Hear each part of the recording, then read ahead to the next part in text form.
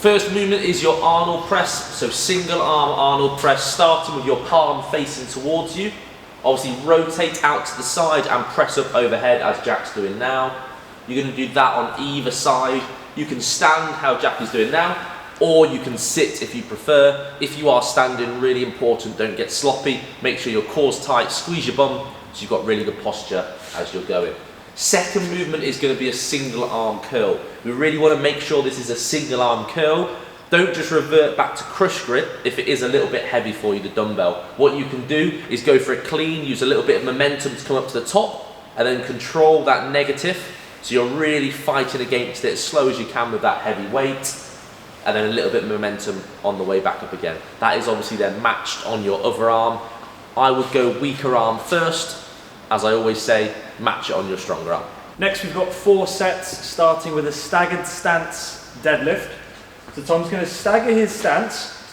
He's going to go opposite arm to the front leg, and then he's going to make sure he keeps a flat back as he hinges over at the hip, keeping a slight bent knee in his front leg. Now this front leg is the working leg, so this is where you should feel that hamstring working. Making sure you keep a flat back, and if you're fairly tight in your hamstrings, only go down as far as your range of motion allows. Once you've done your set, you'll then do it over on the other leg. Next we've got a hamstring bridge hold. Now you can either have your heels on the floor or probably prefer to raise your heels on an object. We've obviously got the bench, you could do it on your sofa. You're going to have a slight bend in your knee, and then from here you're going to lift your hips off the floor like a glute bridge, making sure you squeeze your glutes as much as you can. And with this straighter leg position, not completely straight but straighter, it's going to challenge your hamstrings a lot more as you drive your heels down into the object, making sure you're not overarching your lower back, so you haven't got too much of an arch, so keep your abs squeezed nice and tight as well as your glute bridge. And then your last your last movement is going to be 30 seconds. You're going to hold your dumbbell in your crush grip overhead. You're going to crunch your shoulders off the floor. Legs are extended, and you're doing a flutter kick for the duration. Making sure you're keeping your shoulders crunched off, so you're going to work really hard here in the upper back position, and then lower back you're keeping into the floor as you do it. So again, you're not arching as you're flutter kicking. If you find that, then maybe go without the dumbbell and maybe bend your knees more as a little bit of a scale, kind of bringing your knees a bit more like a cyclist back and forth if your lower back is coming off the floor. Next we've got push-ups into a floor press. Now we're doing 5 sets. Your push-ups is programmed at 75 to 100% of your test. So fairly challenging big set.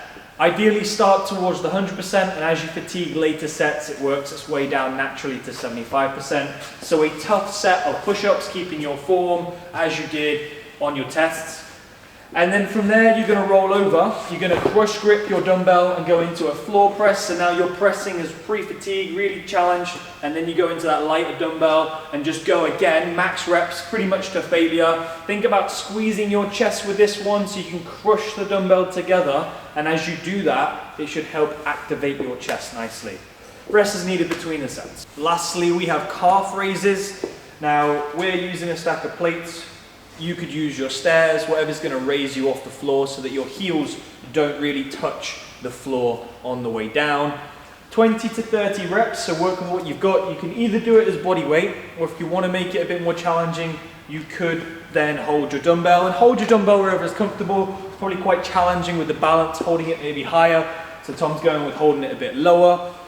20 to 30 of those, and then next you are going to go into a 20-second lunge hold to either side.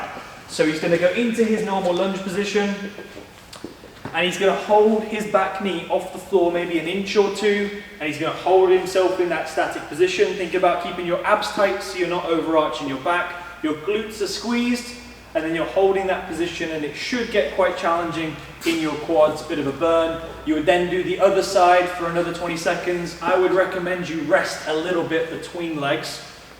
And then lastly, you're going to do a 30-second plank body saw, where you hold yourself in your plank and then you rock back and forth as much as you can. So you're pivoting on your toes, and you're going to have to focus on keeping a strong shoulder position so you're not caving anywhere during this. and you're rocking back and forth for the 30 seconds. Now this is quite challenging, so if you burn out, just hold a plank for the remainder of the time once you can no longer keep a controlled body swell.